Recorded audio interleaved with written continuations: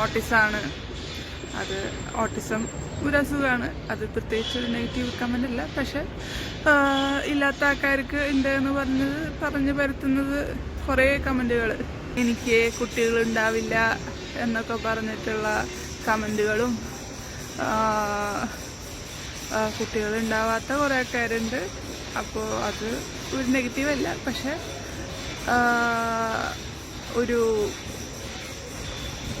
തെളിവുകളോ അല്ലെങ്കിൽ റിപ്പോർട്ടോ ഒന്നുമില്ലാണ്ട് ഇങ്ങനെ പറഞ്ഞു വരുത്തുന്നതും അതുപോലെ തന്നെ സമൂഹ മാധ്യമങ്ങളിലൂടെ തനിക്കെതിരെ കരുതിക്കുട്ടിയുള്ള സൈബർ ആക്രമണം നടക്കുന്നുവെന്ന് വെളിപ്പെടുത്തി ബാലയുടെ മുൻ പങ്കാളി എലിസബത്ത് ഉദയൻ.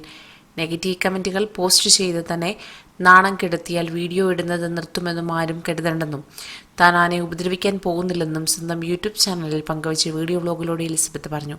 എനിക്ക് ഓട്ടിസം ആണെന്നൊരു കമന്റ് കണ്ടു. അതൊരു അസുഖമാണ്. പക്ഷേ അതില്ലാത്ത ആളുകൾക്ക് ഓട്ടിസം ഉണ്ടെന്ന് പറഞ്ഞു വരുത്തരുത്. അത്തരത്തിലുള്ള കുറേ കമൻറ്റുകൾ കണ്ടു. പിന്നെ എനിക്ക് കുട്ടികൾ ഉണ്ടാകില്ല എന്നൊക്കെ പറഞ്ഞുകൊണ്ടുള്ള കമൻറ്റുകളും കണ്ടിരുന്നു.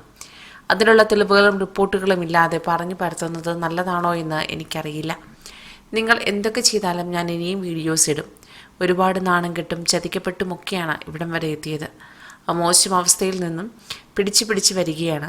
ഇഷ്ടപ്പെട്ട ആളുകളിൽ നിന്ന് തന്നെ നാണം കെടുക, ബോഡി ഷേമിംഗ് തുടങ്ങിയത് എല്ലാം അനുഭവിച്ചിട്ടുണ്ട്. കുറച്ച് ഫേക്ക് ഐഡികളിൽ നിന്നും വന്ന് എന്നെ തളർത്താൻ നോക്കേണ്ട. ആ നാണമൊക്കെ എനിക്ക് പോയി. പേടിപ്പിച്ച് വീട്ടിലിരുത്താം, ഭീഷണിപ്പെടുത്തി വീട്ടിലിരുത്താം എന്നൊന്നും ആരും കരുതണ്ട. ഒരുപാട് ഭീഷണി കോളുകൾ എനിക്ക് വരാറുണ്ട്. ഞാൻ ആരെയും ഉപദ്രവിക്കാൻ ഒന്നും പോകുന്നില്ല.